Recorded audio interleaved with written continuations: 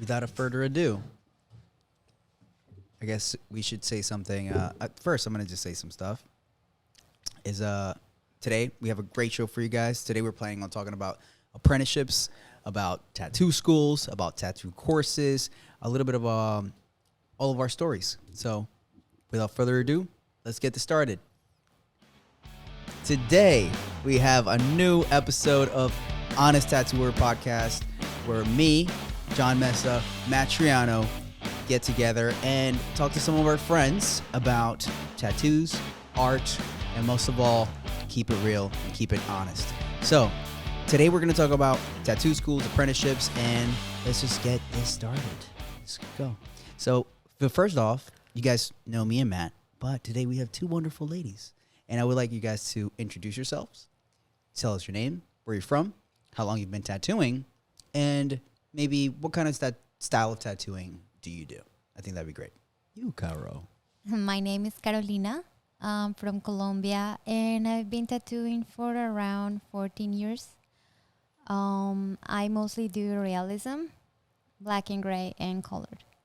All right, my name's Heather Hellion. I'm from Miami, Florida. I've been tattooing for 13 years, and I do a lot of various styles. What's your favorite? I'd say neo-traditional-ish animals. Amazing. Awesome. So, could we, something that we started doing the first week, we forgot to do it last week. Could we go around and talk about, one thing that we did this week? Whether, yeah. Let's start off with that just to get the conversation going. So, let me see.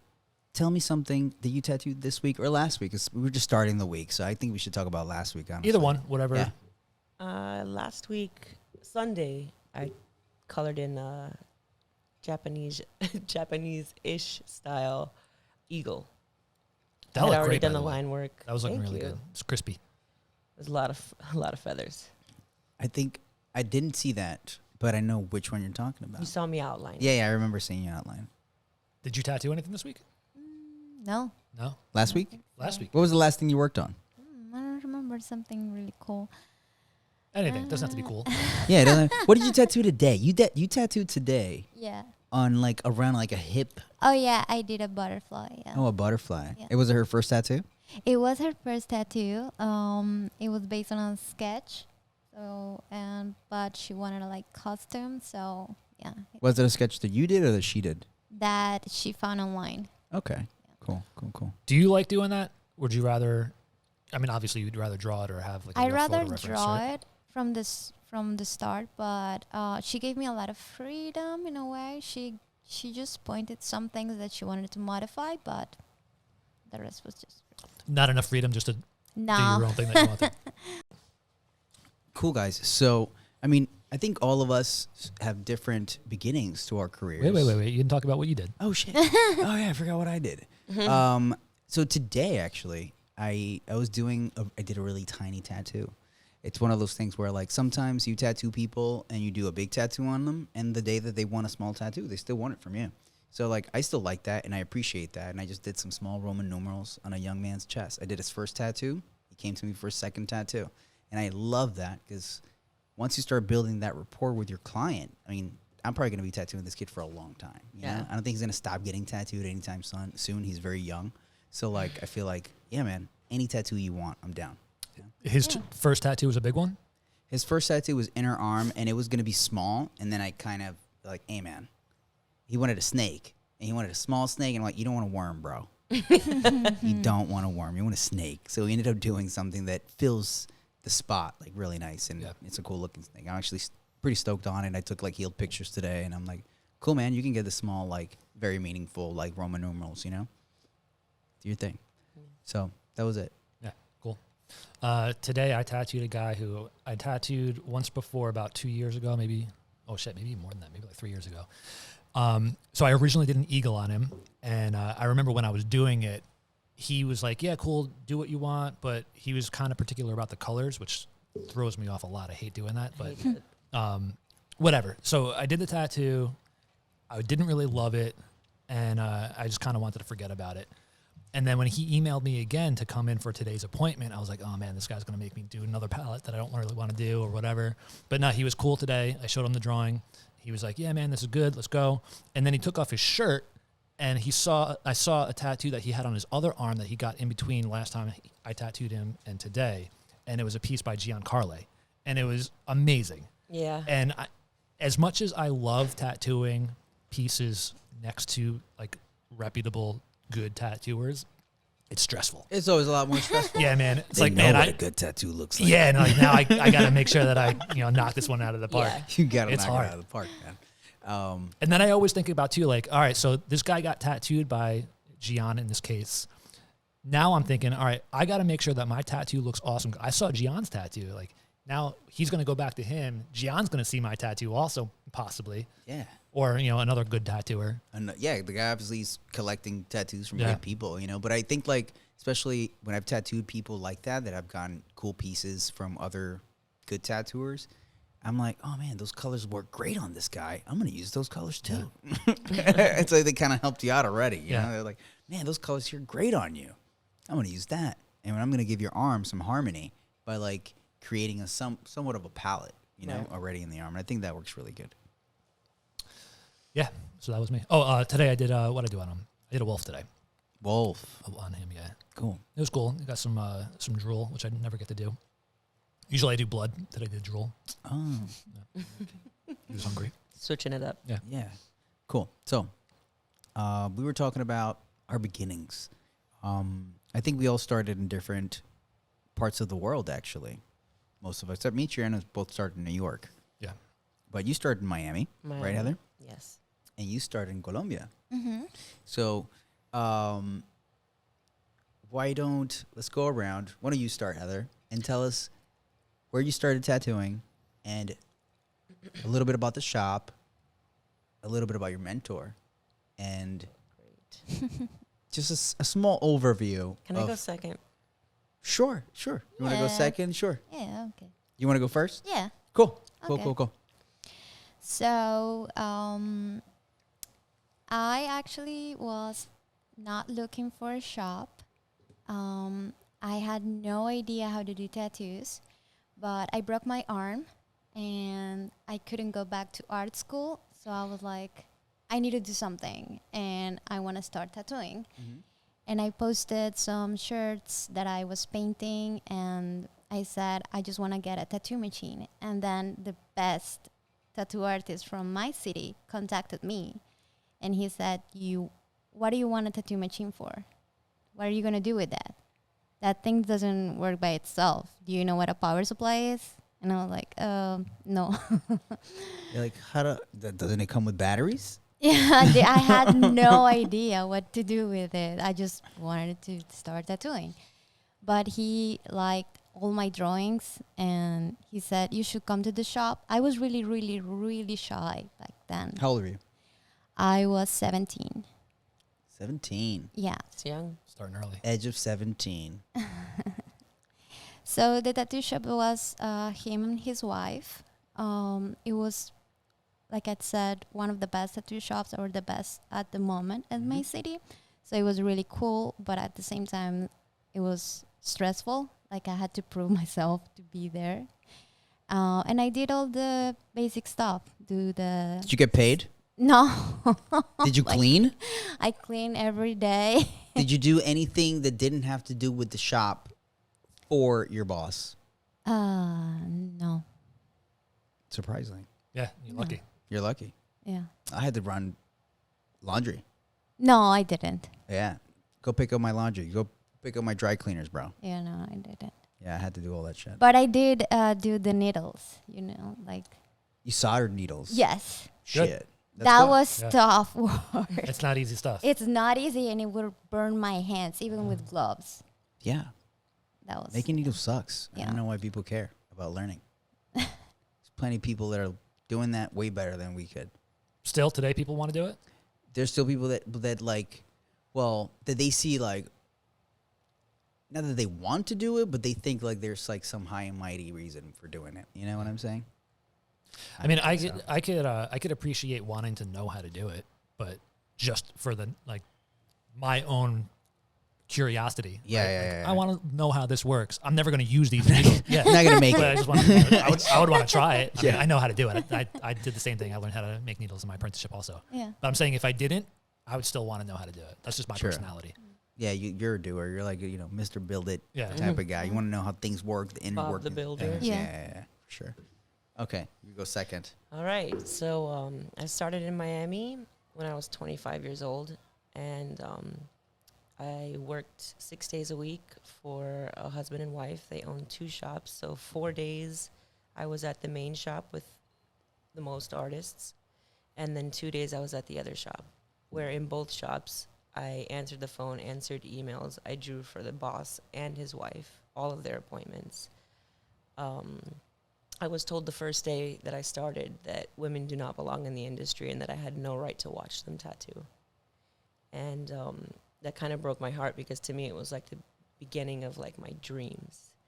And I kind of just had to roll with the punches. They're trying to get me fired. Like, they just did not want me there. And so I think there were 7 artists at the main shop and maybe 4 at the other.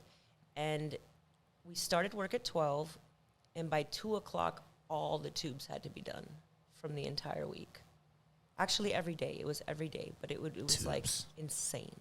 An insane amount of tubes. And while I'm doing tubes... How many artists? How many artists? Yeah, There were 7. So I had to do all their tubes separately, so I wouldn't mix them up. And then I would be there like scrubbing. Someone would walk in, I have to take off my gloves, go talk to the customer, answer the phone. Like, I did everything. Like, and it sucked, and it took a lot for me to like adapt to that, but it really like sharpened my brain and helped me be like a more responsible multitasker. Damn right. I feel like that's a magical moment, though. Like, once you realize that all those struggles that you're going through when you're at a being an apprentice and stuff like that, you realize that, man, those are the things that did make me better at doing my job.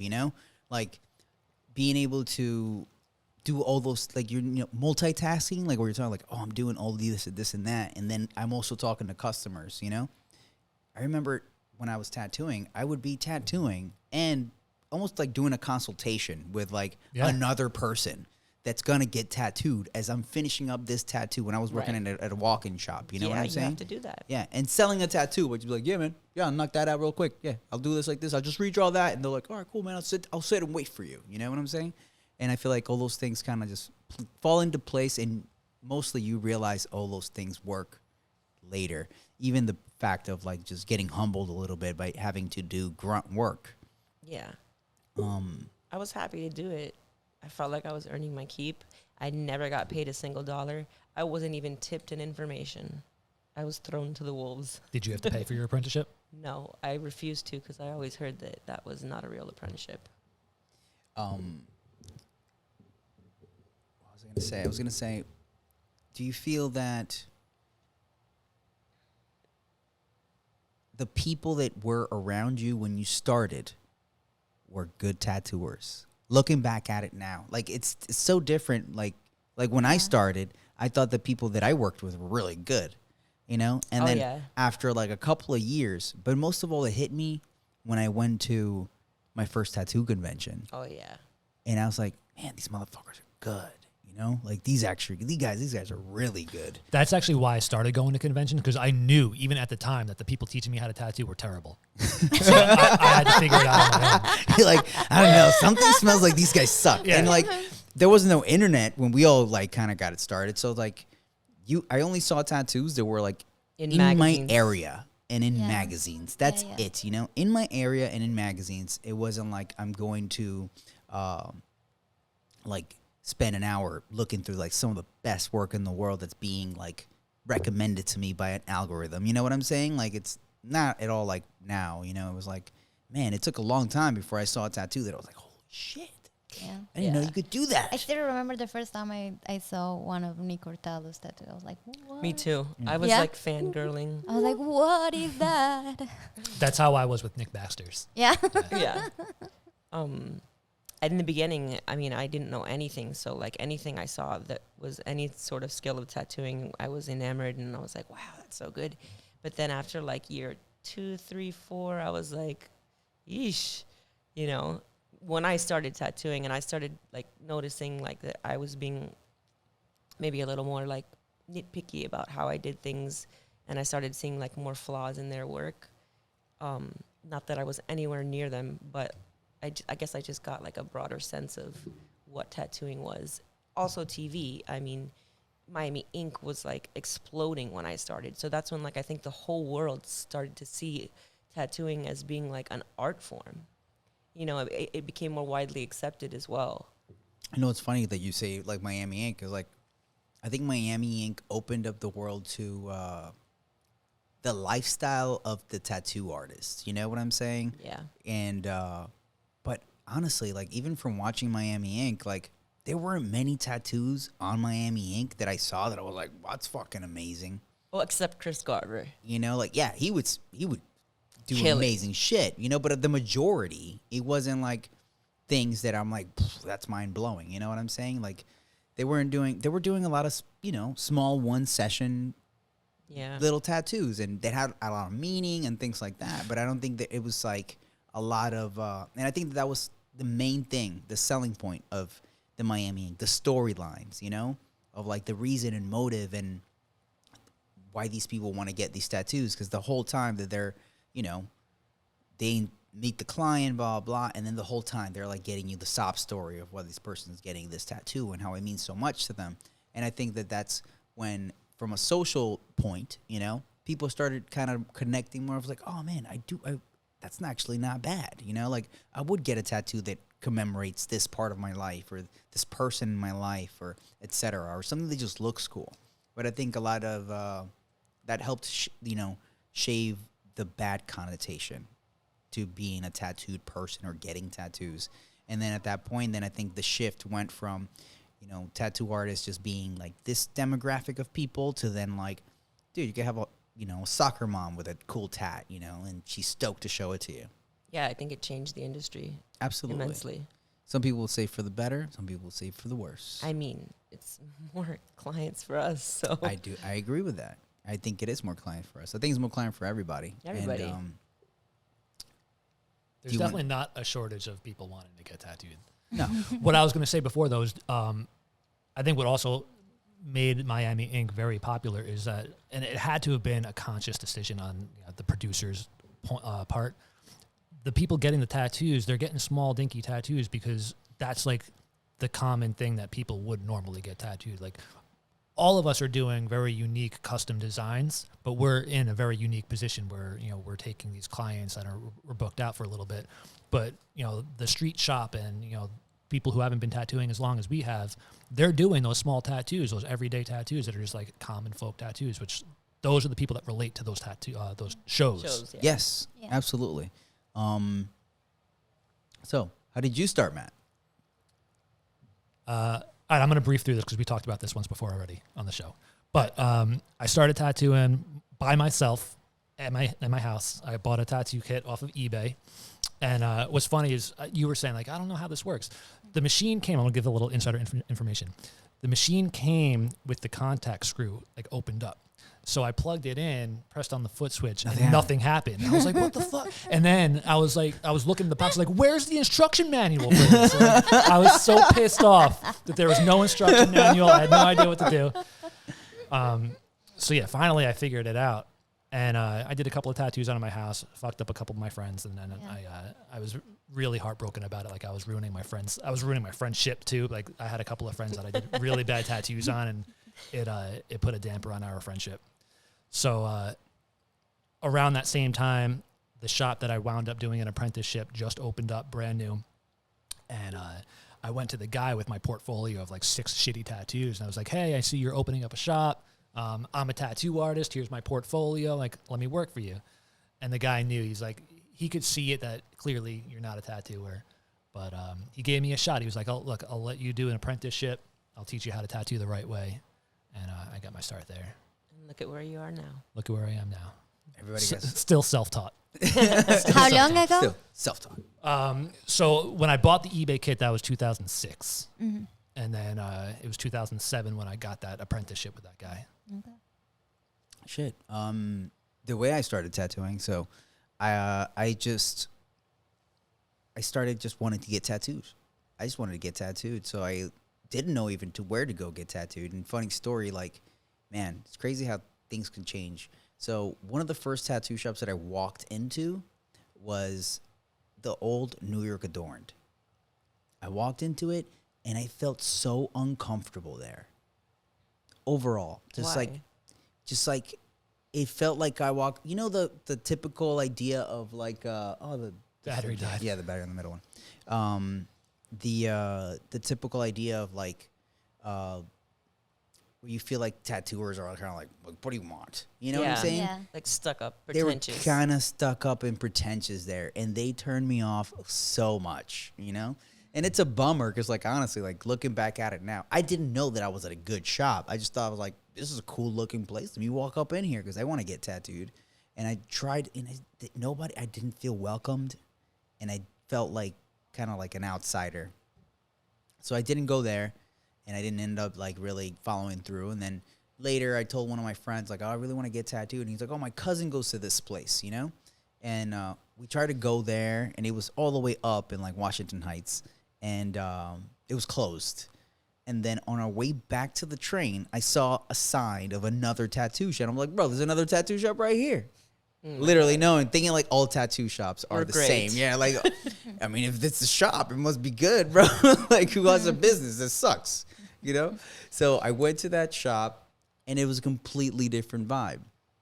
They were super welcoming, super nice, and like within a short period of time, I'm like, oh, this place is rad, you know? So I hung out, and I told them what I wanted, and I set up an appointment, and I got, like, my first big tattoo started there, you know? And I had this, my right arm was completely clean. I had nothing on it, and I wanted to do a full sleeve, right? What? So I started getting tattooed by this guy, and I would just have such a good time. And then we bonded, became homies, you know what I'm saying? Just spending a lot of time together. And at the time, I was going to school for art and graphic design, stuff like that. And he brought it up to me when he's like, hey, dude, like, you ever thought about tattooing? And I was like, nah, bro. Like, I want to do this kind of like fashion design stuff. Like, that's really where my heart's at, you know? And he's like, well, man, like, you can still do that. Why don't you just learn to tattoo? You know, like, you could do wherever you want. And I was like, that's true. And you can make good money. And I was like, I guess that's true. And he's like, look, just come by the shop, do a couple of days, see how you like it. That's so lucky. That's how the fuck I'm here. That's so lucky. Yeah. And that's how I got pulled in. But also, So you know, tattooing found you. tattooing found me in a sense, Yeah. you know? It was kind of something that fell on my lap that I never really like thought about. I never wanted to pursue it, but it was like, oh shit, this is actually kind of cool. And you know, it took being in the shop just a few days to be like, I think there's something here. And then at that shop, they had a bunch of tattoo magazines, and that's where I got to see really sick looking cool tattoos. And I was like, damn, this is better than anything that they're doing.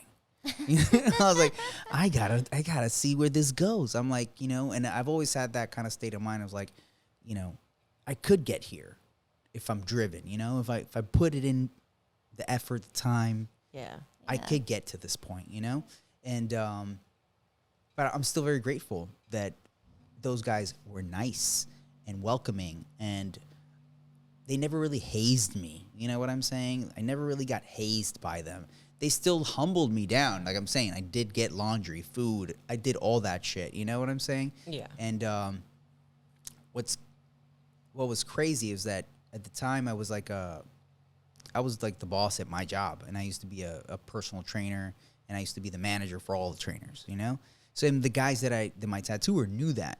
And when I came in, he was like, just so you know, you're not the boss here, bro. So you got to act like, he kind of checked me. He's like, I know you come from this place where you're kind of in charge of things. Here, you are at the bottom of the barrel, bro. So get your mind right that this is where you're at. And I was like, fuck, this sucks. Yeah. You know? And for a while, I kept my job. and I did the days, like he said, just a few days casually. But I think tattooing will teach you quickly that if you do tattooing casually, you'll get nowhere. Yeah. For a long time, especially in the beginning, you need to get married to tattooing. You need to marry it. You need to love it. You need to love it more than anything or anyone else in your life. There's no time for girlfriends. There's no time for anything else. There's no time to make money. You're going to be fucking broke. Get ready to live off hot dogs or halal food. That's what I was doing. Just like the cheapest stuff that I could get just so I could get dollar slices. Like it was just like making ends meet. I had an apartment. I had to let go of my apartment, go crash in my friend's couch for a bit till I could start making any sorts of money because I had no money. Luckily I had some savings and that helped me out. But then it reached a point where I was making no money. And then this is going to maybe blow some minds. But when I started tattooing, I didn't know how tattooers got paid, right? So the guy that I worked for, he would pay everyone just a flat salary. What? Yeah. He paid, and you know what's crazy? How much was it? So he would pay, in the beginning, since I was nobody, I was a runt, right? I got paid $200 a week. Oh And that's after I started tattooing. And I was already like doing, like 5 to 10 names a day. Who priced the tattoos that you were doing? He would price the tattoos, He would price every tattoo that was done in the shop, all of them, Top guy in the shop, who was the guy who could do portraits, he would do sometimes 2 portraits a day, and he would get paid about $1,000 a week. Jeez. That's, how many years ago? $1,000 a week for the whole week. For New York, that sucks. But like $1,000 a week in Miami, $1,000 a week, long time ago. $1,000 a week. You know what I'm saying? Like that sounds. It's one of those things where, like, on weeks where he was not busy, he would still get paid that. But there were weeks where he would bang out 2 portraits in a day, and then tomorrow again 2 more portraits that day, and he still get paid $1,000 for the week. Up. You know what I'm saying? So like, there's pros and cons to this idea of like you got paid a flat rate, but I've learned later that that's a normal thing, especially in Europe. That's a big thing. People open shops and you're hired as an employee and you're going to get paid a salary, and the owner of the shop gets all the money for each tattoo. You know what I'm saying? Like they just pay you like everything. And that's how it all began for me. I wonder if anybody still does that here In the US? salary. I feel like not in metropolitan cities, but I feel like if you go down, like Virginia. Ding, ding, ding, ding, ding. yeah, I feel like if you go down to like certain places, I'm going to say, especially if you go somewhere near Middle America military bases. Okay. You have a higher probability that there is a shop owner there that says, like, look, man, I'll pay you this much for you to bang out freaking a bunch of tattoos for all these new cadets that just came into town for, like, Yeah. you're going to have slow times. I'll take care of you. I'll still pay you. You know what I'm saying? And then it'll be like, some people will be like, nah, I want to get paid all the money. You know what I'm saying? And some people are going to be like, I'll take that deal, because it'll give them consistency, which, like, I've learned that some tattooers like consistency of paying. Like, they rather just get paid, and know that they're gonna get paid because they're like, yeah, I get paid this much, $1,000 a week. That's $52,000 a year, without having to hustle for it, or you can make $100K a year, but you're gonna have to have to hustle for that money, It all depends what kind of lifestyle you're trying to live. So I had to pay for my apprenticeship. And you said that people said to you that was it was like just common knowledge that never pay for it because it's a crock of shit. They're just gonna obviously you turned out great, but right. But going back to what I was saying before, I paid for my apprenticeship and I still had to teach myself. That's ridiculous, right? So I had to pay $5,000 for my apprenticeship, but similar to John, like I had it pretty easy. which is why I think I'm pretty easy on Vega, because Mhm. like I didn't get like harassed, or I didn't have to do a lot of bullshit. The only thing that I had to do was really apprenticeship duties. I didn't even mop the floors. Like, that's how good I had it. I had to scrub tubes, I had to set up stations, break down, answer the phones, and that was really it. And then I had to learn how to tattoo. Yeah. But like I said, the guys who taught me how to tattoo were awful tattooers. So it was kind of a trade-off. Like, it was more, the way that I looked at it was, this guy didn't give me an apprenticeship in the learning sense of the way. He gave me a studio to practice in until I figured my own shit out. So I'll bring something, out of the things that weren't about being a good technical tattooer, do you feel like you learned something from those guys that wasn't based on necessarily the technical, like maybe they weren't good tattooers, but if they were been tattooing for a while, they had to be doing something right, Yeah. You feel like there's things that they taught you, because I feel like some of the things that I learned from certain people that I learned from in my career, it wasn't that they were good tattooers, but they knew either A, how to sell a tattoo, they knew how to fix machines, they knew what a machine should sound like, they knew what kind of needles you should use for certain things, why, and, they could even tell me like, oh man, you don't want to use a 5 for that, you want to use a tight 4. People are like, what? Yeah, yes and no. So the guy who taught me, I think he started in like 1983, right? Mhm. So in 2007, when he was teaching me how to tattoo, he still had the 1983 mentality. Yeah. So, and I remember the first day that I watched him tattoo, like that was the thing that I had to do, which I know that a lot of apprentices don't do. Like, I sat there for hours and just watched him tattoo. I couldn't get up. Yeah. Couldn't, Yeah. that was my time just to No learn. Same. Yeah. I did that for a long time too. Yeah. So he was coloring this tattoo in, and then after he was done, I asked the guy, I was like, that was cool, but do you know how to pack it in solid? Do you know how to do it well?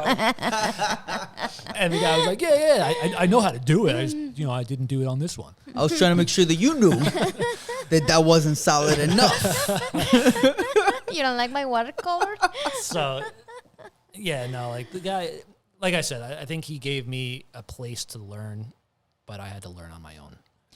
So I was the only one here that feels like my tattoo master was great, because mine was great, actually. I was very lucky with that. Mhm. And I still think he is. Yeah, you still like his work. You're like, oh, I still like his I stuff. have recent tattoos from him. Mhm. He was very close-minded into like being a traditional. So we had a lot of encounters on it. But as an artist, he's great. Yeah. He's a great artist. And he's still tattooing? He's still tattooing, yes. And he did really, I think like he was really good master. I think he was. I used to just sit there and watch him. And I also was like tattooing oranges all day long. Yeah. And he will just like come sit there with me and treat the orange as it was a person or whatever. So for me, what you were saying, something that he taught me besides tattooing was to be comfortable and confident about being an artist, because my family was so against it. Yeah. And to me, to be there and see this guy being so cool and so good and so professional was very inspiring. I was like, I want to do that. I want to be that. Some days my family were so against that they wouldn't give me money to go there. I would walk just to be there. How far of a walk was that? I don't know, very long walk. I still remember. Did you have to walk it in the snow? I It's was like, so There's no it was snow in Colombia. It's Colombia, but Colombia. You know what I'm saying? But it's the fucking whole idea. hot. It's like when I was a kid, I had to walk 20 miles in the snow. okay, I didn't starve, or I didn't suffer that much, but I did suffer. Okay. Yeah. No, these guys, they fucked with they messed with my black and gray wash. They would pour black and mix it up. So I'd be like, they're trying to learn how to do black and gray, and I'd go with the light shade and it'd be black. I mean, they just sabotaged me.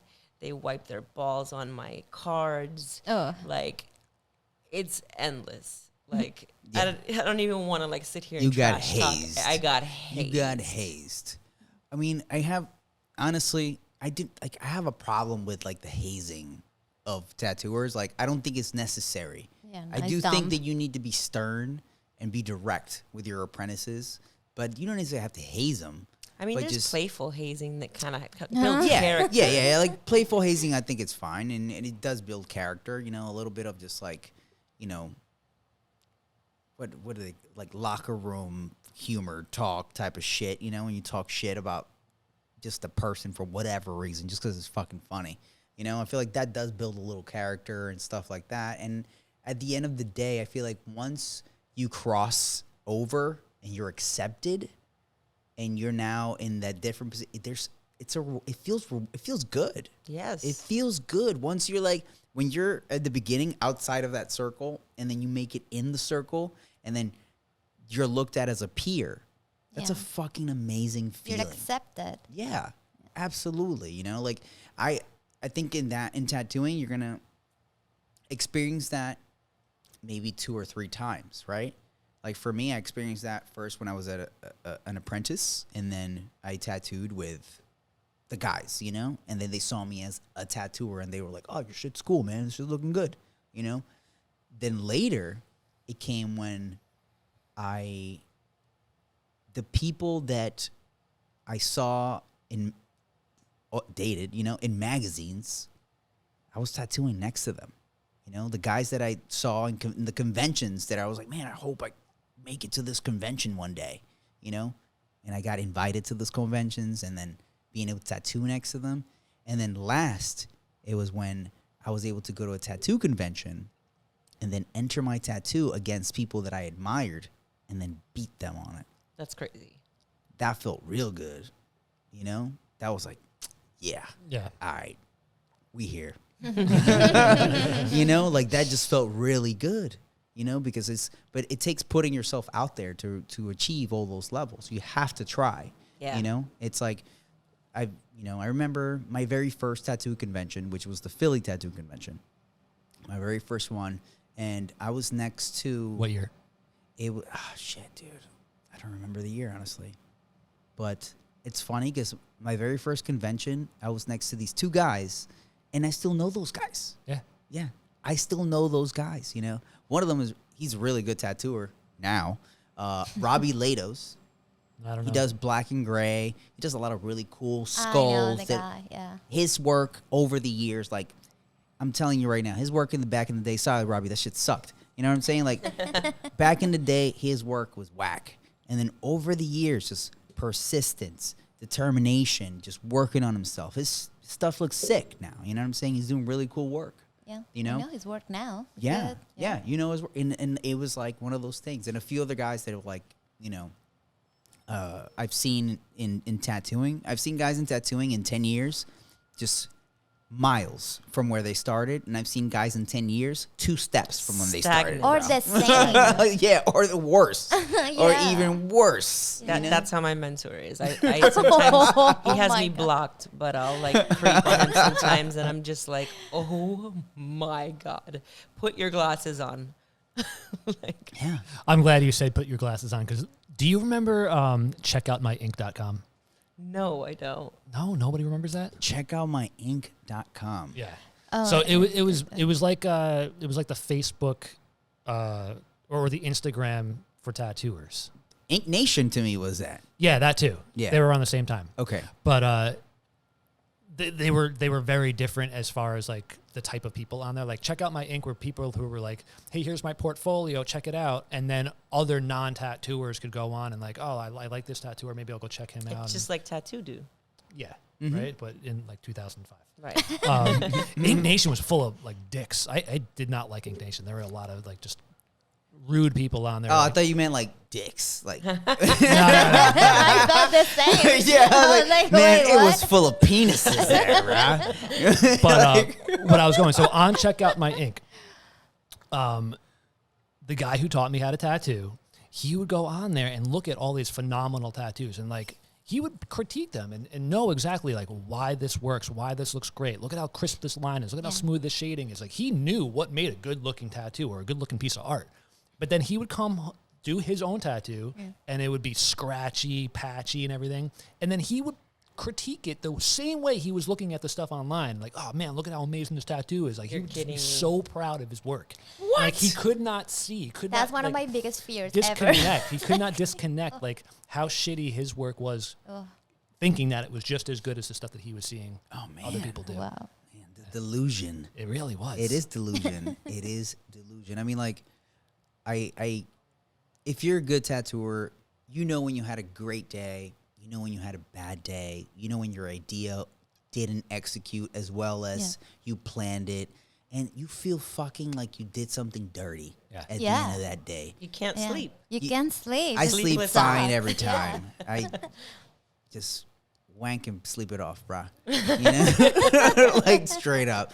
But, but you do feel that, like, fuck. You just feel, like, bombed. Yeah. Those people don't feel that. Yeah. So weird. They don't. No, and they would be Yeah. like, "Oh, is your customer happy?" And be like, "Yeah," but like, I'm not happy, and that's what matters to me. Absolutely. That was one thing. So when I did the reality show, I got into this huge argument with this one girl on it because she thought that the worth of her tattoo was how good her client felt about it. And I'm like, no, dude. It doesn't, like, I get it. I'm glad that you feel good, that your client's happy, but that wasn't a good tattoo. And the fact that she's happy about it doesn't make it a good tattoo. Right. You know? It's as simple as, if you're, like what you were saying, like, if your client wants a specific, I want these colors, you know? I want freaking concentrated blue rose, bro. Tangerine. Yeah. I want a blue concentrate rose with tangerine leaves. You could do that for them. They'll be stoked because you did exactly what they wanted, but it's gonna be shitty, dude. So you have to be able to like I know this is what you want, but this is not what you need. I know what you need, you know? And I think that that's very important to be able to like talk to your clients and don't put their ideas down, but just teach them like, I know you want this, but this is where you should be going. This is what you should get, and just teach them the right things, you know? And I feel like with a little bit of education and patience and good communication, you can get your clients to be like, okay, I see where you want to go with this, you know? Two things to bounce off of that. One,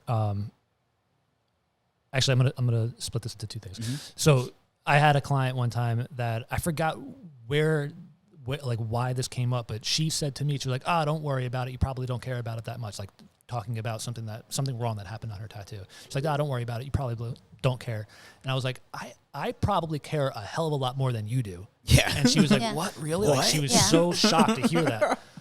But the other thing I was going to say is, so we're going to talk about tattoo schools. Right? Yeah. You will not learn that skill that you were just talking about, learning how to talk to your client, convince them how to get why you should do certain things. You're not going to get that at a tattoo school. At all. You're not going to learn that, watching DVDs or watching YouTube videos. No. Like, you need to be immersed in it day in and day out for at least 2 years. You have to be around professionals that have done it for longer than and you're like, oh wow, that guy just sold the shit out of that tattoo, dude. And you hear these things, and those things, you're like, oh man, that's how you talk to your client, and that's how you build it up, and that's how you like build rapport with clients. And like we were saying, like some of the worst tattooers have been some of the best salesmen and they have to be. Yeah, they have because to they're be. not great. Yeah. They're not great at tattooing, so they have to be amazing salesmen for their work. So, like, if you combine being an amazing salesman with great work, dude, you'll work forever.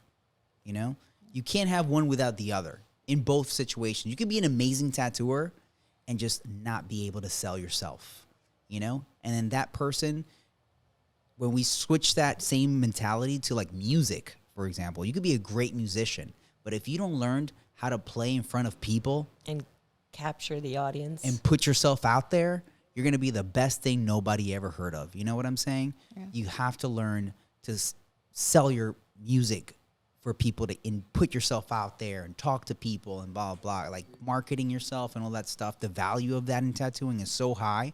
And I think that because things have gone so online, it's been getting lost, because you don't really sell yourself online that much, or you do, but in a different way.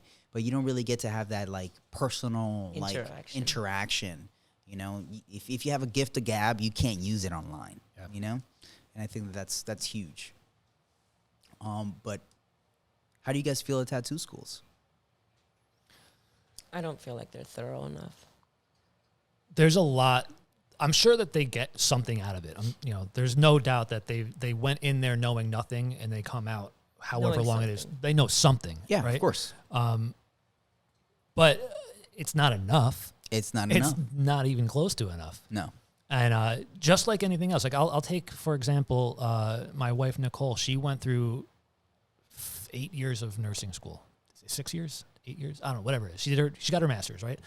So, and every time that she got a new degree, whether it was her bachelor's or her master's, she would come out of the program and be like, all right, this is cool. Now I'm going to go to work and really learn how to do what I got to do. Yeah, and relearn a lot. Yeah. Yeah. Because everything that she learned in school was not practical. Yeah. Like it was textbook stuff, like it's good to know, but real life situation stuff, she didn't learn any of that. Like that's what you learn on the job. On the job. And tattoo school's not teaching you that. They'll teach you maybe some technical stuff, like, you know, how to move your hand in the motion that you need to move it. Yeah. But Yeah, that's yeah. about it. Like, Yeah. Well, it's kind of sad because they sell this idea that like they're going to go through this 2-month whatever program, however long it is, and be able to walk out into the world and go get a job.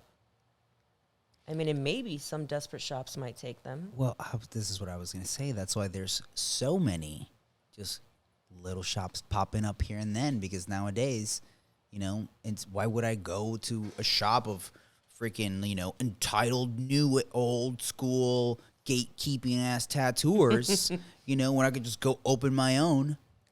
I feel like the only good part that can come out of this is that people are gonna hit the wall and realize that tattooing isn't as easy as it's promoted to be, you know, because you can get the 2 months thing and you can get the title, but you're not gonna do a good tattoo after that. I wish that was true, but I think that the biggest thing with like, oh man, You think they're gonna do a good tattoo after that? because it goes back to what I was saying earlier, that like a lot of tattooers base how good something is on like if people like it.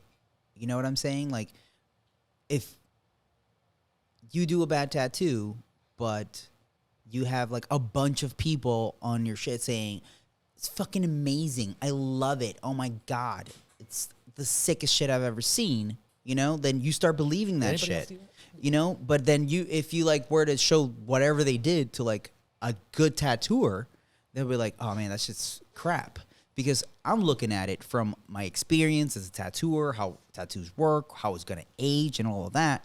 And the uneducated customer, you know what I'm saying, who's just looking at things from, you know, like An accessory on their body. yeah, you know what I'm saying? Like, yeah, they're stoked. You know what I'm saying? Like, come on, what I was saying earlier. Like, the customer can be stoked with a crappy tattoo, you know? But the tattooers know better. And you can't just, you know, live on like, oh, well, people like it. Well, it doesn't make it good just because people like it. It's like even like popular music, you know what I'm saying? Like, there's plenty of popular music that sucks, that becomes super catchy, you know, and becomes trendy for a little bit of time. But at the end of the day, there's things that are classics, you know? There's things that are classics. There's old music that you play today, tomorrow, whenever, and be like, that's fucking amazing Timeless. song. It's timeless. That's great. And I feel like we all want to reach a point where we're doing timeless tattoos, you know, where it's like, oh man, that tattoo looks amazing now. Look, it's going to look great 10 years from now. It's going to be fucking time. Even when it's really old, like, it'll still hold, you know? But we're in a very, like, in a culture where everything's, like, instant gratification, you know? And that's what's measured first. Like, you know, is it sick? Is it dope? Can I put it on Instagram? Are people liking it? And That's really what they matters. care about. Yeah. They just care about the numbers on Instagram.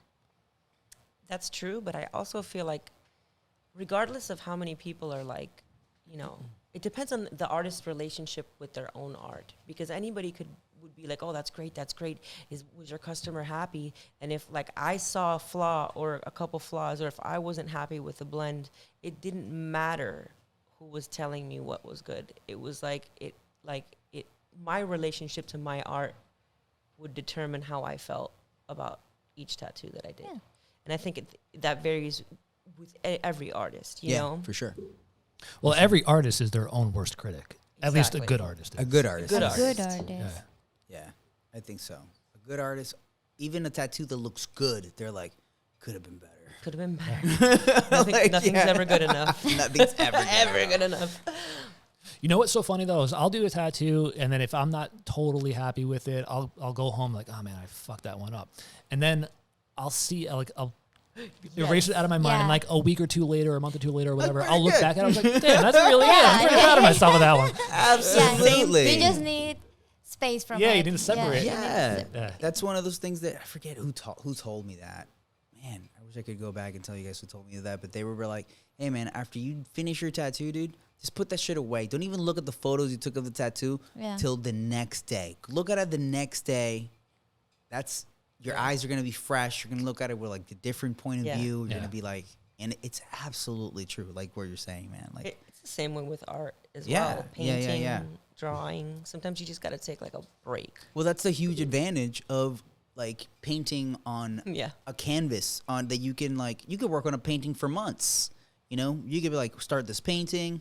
I kind of got my heart out of it right now, so I'm gonna go fuck off and do some other shit. I'll be back on this painting when I feel inspired again, you know, to work on that painting. And with tattooing, we have a fucking person there, and they're trying to make it to their dinner at 8 o'clock, and you're like, fuck, I gotta knock this thing out. You know what I'm saying? So even if you like sometimes like, oh man, I need to take a break and walk away from this tattoo and just get my mind off, you still like, oh, this motherfucker's bleeding his arm out right here. I know you just feel pressured to get back. Yeah, I gotta get back on there. Like, you know, they're like looking at the time and all this shit, and you know, we try to appease, you know, that situation and make them feel good about it, and still be customer service, you know, friendly and all that stuff. But that doesn't really work with art a lot of the times. You know, like art gets done when it gets done, man. It's like, you know. And if you do big tattoos, like big projects, that's one of the first things I learned. And it's like, this first day, bro, we might be drawing, re-stenciling for 3 to 4 hours. We're not going to start this at all until I feel that the design part of this is as good as it could ever get. Because that's the part that we can't change in this whole process, you know? I feel like it changes everything. And sometimes you just have like the fire under your ass causing anxiety as you're trying to do that. You're like, oh my God, I'm taking longer. And like, but you're still trying to make it perfect, but you still have that little voice in the back of your head that you're like taking a long time. My God, I think like the worst, you know, shit is like when you've been tattooing somebody for a long time, and they're every 5 minutes. So, how's it looking? I hate Oh that. my God. How's it looking? Like you're gonna say, oh, it looks terrible. So yeah, like it's. I mean, like I'm like, dude, you're looking at it just like I'm looking. Like, come on, just look at it. Yeah. So, what do you think? Like another 30 minutes more? Think you got like 20 minutes? We're almost done, right? We're almost done, right? Oh, you're almost done. I can see that you're almost done. Like, how the fuck do you know, bro? How many tats have you done in your life? I purposely take longer when people say You did not say that. I've actually had to be like, so how many tattoos have you done? Yeah, straight up. Like, no, we're not done. I've said that actually, that same thing. When I've tattooed someone, they're in a position where they can't see the tattaw, which is the best. I know. And- I purposely position people so they can't look at And it. they brought a friend, and that friend is just hawking over the tattoo. Oh my God, yeah. And you just did like 3 lines, and they're like, "You're almost done. I hate that. You're almost done." Yeah, he just did this other line. He just changed needles now. He's like, they're giving like a freaking play-by-play of what you're doing. You're like, shut the But you can't say that. You can't. And then I've had people push me to the edge, and I'm like, hey, how many tattoos have you done? Because I'm not nowhere near done. They're like, oh, really? Yeah, really. Just sit down, hold their hand, and look at them in the eye, and just stop looking at what I'm doing. You know, like, just stop that, you know? It sucks sometimes. You really do have to be stern with people when they're driving you up the wall while you're trying to concentrate and do something permanent. Sometimes I think like getting tattooed is such a difficult thing, almost like when, like if you're doing like a workout boot camp and you need your trainer to be like, listen, I need you to get your head in the game. This is the like sometimes people need that like, hey, I need you to focus. You came here to get tattooed, right? And you're like, yeah, all right. Put your big boy pants on. You're gonna get tattooed. You're gonna finish this thing. It's gonna look amazing. You're gonna love it at the end. But right now, I need you to stop asking me when this is gonna be done, and just know that it is gonna be done. And just sit there and just wait. And they're like. Some people actually get softer when someone's right next to them. Yes. Yes. That definitely do. sucks. Yeah. You know, it's like, go people- grab that coffee, you know? I've seen people who they come in alone and they're doing like Fine. great. Great. And then their friend comes in to hang out and like they start moving, they start Yeah. whining. I'm like, bro. Or vice versa. Like their friend will be there in the beginning and they'll be like, again, like whining, moving around. The friend will leave and they're just sitting like a rock. Yeah. It's the audience effect, bro. It's just an audience. Like you give them an audience, you got to give them a show. I feel like it's what you were saying. I feel like we are the trainers and we're like, yeah, you got this. Yeah. But we lose power when the other person comes in. It's like, okay. Well, yeah, because that person, you know, like I'm here. I know it's painful. And you're like, oh my God. stop, bro. Stop. Let them be. Just recently, I followed an Instagram page, and I shared it with Matt the other day because this page is growing so fast. I think in a matter of a couple of weeks, it doubled. Yeah, I showed this one to you a couple of weeks ago. Yeah. It was, let's look at it right now. I think it was, when you showed it to me last week, I think it was 51,000. Mm-hmm. Let's see what it's at right now. What is it? So this page is I don't remember where this guy's from, but basically he is teaching people how to tattoo on Instagram. It's at 54 right now. And it's at 54. So in a matter of a week, I gained another 3,000 people. So this guy is doing tons of videos saying that he is teaching people how to tattoo. And he's pretty much giving everyone so far on Instagram like little snippets with good information. I'm not going to say it's bad information, but like with information. And in his link, it tells you that if you really want to get the full course, you know, of his stuff, you're going to be able to buy it. It's going to be released soon. It's not even out yet. Mm-hmm. But he's already giving people information that you can, like, you know, to start tattooing. Mm-hmm. And if you look at his comments, a lot of people are on this page watching his stuff. People from the cosmetic, you know, tattoo world, which is huge. I've seen a lot of like cosmetic tattoo videos nowadays of people how to like, oh, this is how you should do your hand movement. Yeah. And this is the kind of needles that you should be using and pigments and all that stuff. How do you guys feel about this way of like doing things? Because like there's also the tattoo schools that are just the online schools, the online mentorship. You know what I'm saying? I feel like the smartest things that you can do is to adapt. And we need to use as many tools as possible. I feel like information should be there for people to use it. But again, as we were saying, like the expectation of being a good artist, a tattoo artist after that, I don't think, I feel like it should be an information that you should get, but it's not going to make you a good tattoo artist. I agree. I think there's going to be a lot of people that maybe can tattoo, but will never be able to actually be tattoo artists. You know, it's like you could learn to play the guitar. It doesn't mean that you're going to Be in a band. be in a band It's good and be a that famous singer. it's you good know? that the information is out there because it might reach people that are going to make good things out of it. They could be good at But it, you it's know? not going to be the 100% people. It's not going to be So I'm everyone. glad that you said it's a good tool. And the way that I think about it is if you're doing an apprenticeship or if you're in a shop and you're learning whatever, a tool is something that you could use to learn, but it shouldn't be like the main thing, right? Yeah. So like I'll bring it back to like I do woodworking, right? So a tool in the shop will help me get a project done, Yeah. but it's not the shop, like it's not the whole thing. It's just one little piece that's going to help me build something, but I need all of the pieces. I need all of the tools and all of the knowledge. Like just having one little tool is not going to do the whole project for me. Exactly. I think they should still do apprenticeships. Yeah. Yeah, right. exactly. the Do the knowledge. apprenticeship and take that piece, that tool into the apprenticeship Right, program. because you still need to be immersed in it every day, watching everybody, like, you know, do, like, how a tattoo shop runs. I think 100%, you know, like, it could be a beginning, but I feel like, honestly, there's people that are, you know, they'll buy an online course. They want to skip the and hard then work. they'll combine that with, like, I watched like every season of Ink Master. I basically know so much, you know what I'm saying? And then, like, they'll combine with, like, I took a tattoo course. I've watched 15 seasons of Ink Master, bro. Like, what else could anybody else teach me? And then they're like, I'm going to open up a shop. I have the money for it. Oh, my God. And I'm going to hire 5 apprentices. And then the first person they tattoo passes out, and they're like, "Oh shit, what do I do? What do I do?" You know? Yeah. But I mean, I feel like that's more common nowadays, of just like a group, like a shop that's full of people with less than 10 years experience, like full of them. Like there's like 6 or 8 tattooers. None of them have 10 years of experience. And that's why they're going to stay stagnant. It's the blind leading the blind. Man, I've been Facts, tattooing you know? for 16 years. I don't feel like I'm ready to teach anybody how to tattoo. Me neither. Right? I mean, you've taught a couple of people. Yeah.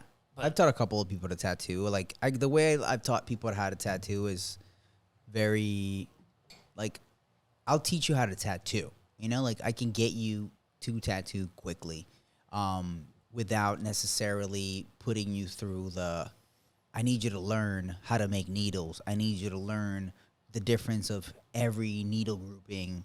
No, I know what's the basic things that you need to do to be able to do a palm-size solid tattoo and make it look good. You know, I can get you there. From that point on, the world is your oyster, my man. You know, you can stay doing those palm-sized little tattoos and keep making money for the rest of your life, or you can keep pushing yourself to doing better tattoos. And from that, I've honestly had a terrible experience teaching people how to tattoo. And because of it, I will no longer ever teach any other person how to tattoo unless you will pay me up front. So if you guys know, you pay me up front, and I will teach you how to tattoo, but I want that money up front. It's a pain in the ass to have an apprentice. Because, you know, in the past, you know, all that you asked, or that your mentors asked of you, was at least a little bit of loyalty and commitment, you know? And we're in such a culture of me, you know, and not of, like, there's very little loyalty. There's very little of, like, you know, I owe anybody anything, you know. It's very self-entitled kind of people, you know, and, like, and I just, it's put a bad taste in my mouth, and I don't want to do it ever again. Did you apprentice anybody before owning the shop? So the first person that I ever even tried to apprentice, it was way too long ago, and it was way too early, and I was still, like, in a street shop. And this girl wanted to get an apprenticeship, and it was the worst fucking thing ever that I ever did. And I was like, I shouldn't even apprentice, you know? And then my boss at the time was like, I know you were dumb. I just wanted to let you just experience it. He's like, I thought it was the dumbest thing ever, but I just needed to let you go through it so you can learn how terrible that idea was. You know what I'm saying? And then I learned, you know, and then That I didn't. was part of your apprenticeship. It was part of, you know, but at that point I wasn't even with, like, the guy that apprenticed me. I was with my second boss, you know, and, like, I learned so much from him about tattooing and how to run a shop and all that shit, you know. But, like, for sure, I was like, fuck, why did I do this? This is dumb, you know? And I shouldn't have been teaching anybody at that point, you know? It's one of those things where, like, you think you know, but you had no idea. Yeah. But, yeah. Would you guys apprentice anybody? I did. I have a couple back in Colombia when I had my own shop. Mm-hmm. They were terrible. I mean, they were good kids. They were good artists. I only will teach people that show me that they have some sort of artistic talent or something to start with.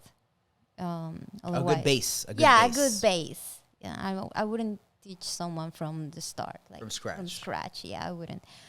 But since the tattoo culture in Colombia is so different, I wasn't as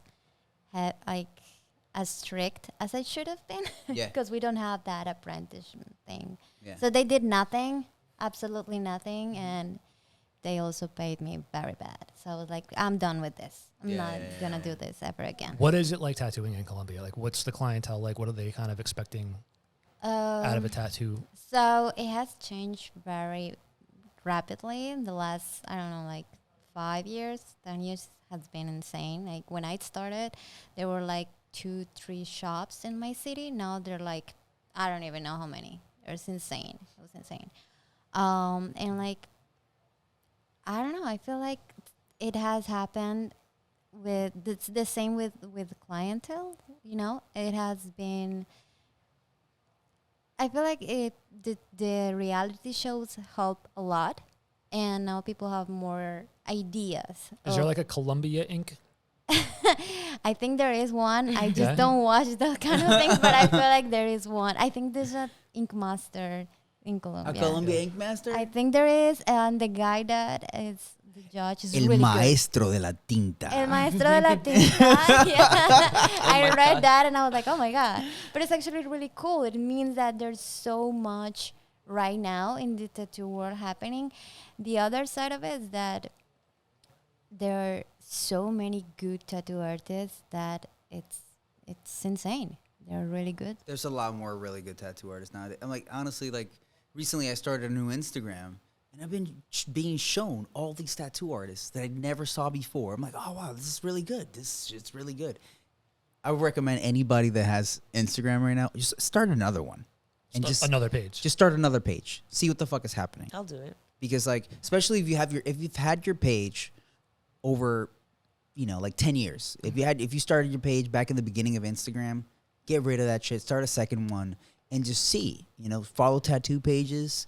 See what gets shown to you. Because honestly, most of the teaching of tattooing shit that I've been seeing is in the new page. None of this stuff ever got shown to me on my other page. So it's pretty wild. Like, I would see Instagram's probably seeing you as a new tattoo. as a new tattooer. So it's really interesting to see it that way, because that's what people are seeing, but I didn't see any of this. I would just see the same old stuff that, from the same people that I would follow. But now that I'm in this new page, it's showing me all this new stuff. And it's been super interesting. That's why I wanted to bring up the fact about tattoo schools. And I'm like, I don't remember how many years ago, like, was that last year that a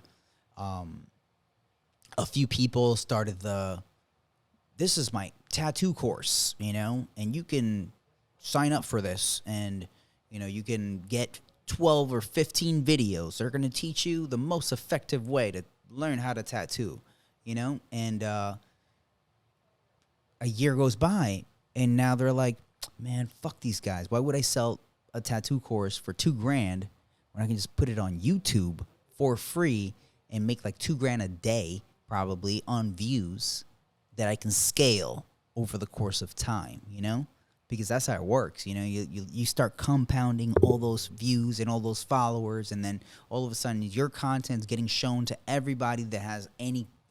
If you Google like to learn to tattoo, if you have the most videos with the most views, that's what's getting shown, and then you're generating long-term residual income off of YouTube, which is why people create YouTube videos, So, which is crazy, because I remember last year when people started putting up the tattoo school, like, online content, I was like, man, I had the opportunity to do that, and I was like, nah, man, there's something wrong about that. I don't think that we should do that. But now people are doing it, they don't give a fuck, and I was like, man, I should just do it now and just give apprenticeship for free online. I'm going to start free apprenticeships for everybody, just to undercut the guy who's selling it for like $2,000. I was like, nah, we're going to do that shit for free, bro. Because if you're going to give it out for $2,000, might as well give it out for free. Fuck it, because it's still, you're putting a price on it, and it should be priceless, So fuck it. And now I'm like, people did it. They saw that opportunity, and I'm like impressed by it, and especially the quality of the page that we're talking about. It's actually pretty good, and the guy has a really good voice, very good at explaining, really good footage of everything. It's not crap. It actually looks well produced, well shot, well spoken. And he's actually very respectful, even to the negative comments that he gets on his page. No shade for him at all. He's like, whatever. Yeah. So I want to take a break. I did too. Yeah, let's do it. Let's take a little break. And then after the break, we're going to bring 2 new tattooers to the channel To light the fire.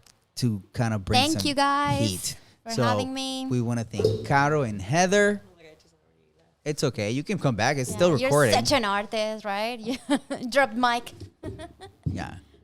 So we want to take Caro and Heather so much for being with us today. Thank you guys for having me. Yeah, they're definitely going to be back. 'Cause they're part of the Yay. No Idols family. So we're always going to talk about things. And most of all, like one of these days, we're going to have a very female-centric kind of podcast where we can talk more about, in depth about your experiences in being a female tattooer and how you guys can speak to tattooers that, you guys have experience, and I think that like a lot of people that are going to hear this information that we have to give are going to be younger tattooers that, do start in places like we were talking about where they don't get to be in a shop with older tattooers. They don't get to, maybe they did just, they're tattooing at their house and they never got to work with the younger people and hear opinions. And maybe that'll motivate them to be in a better place. Who knows? Yep.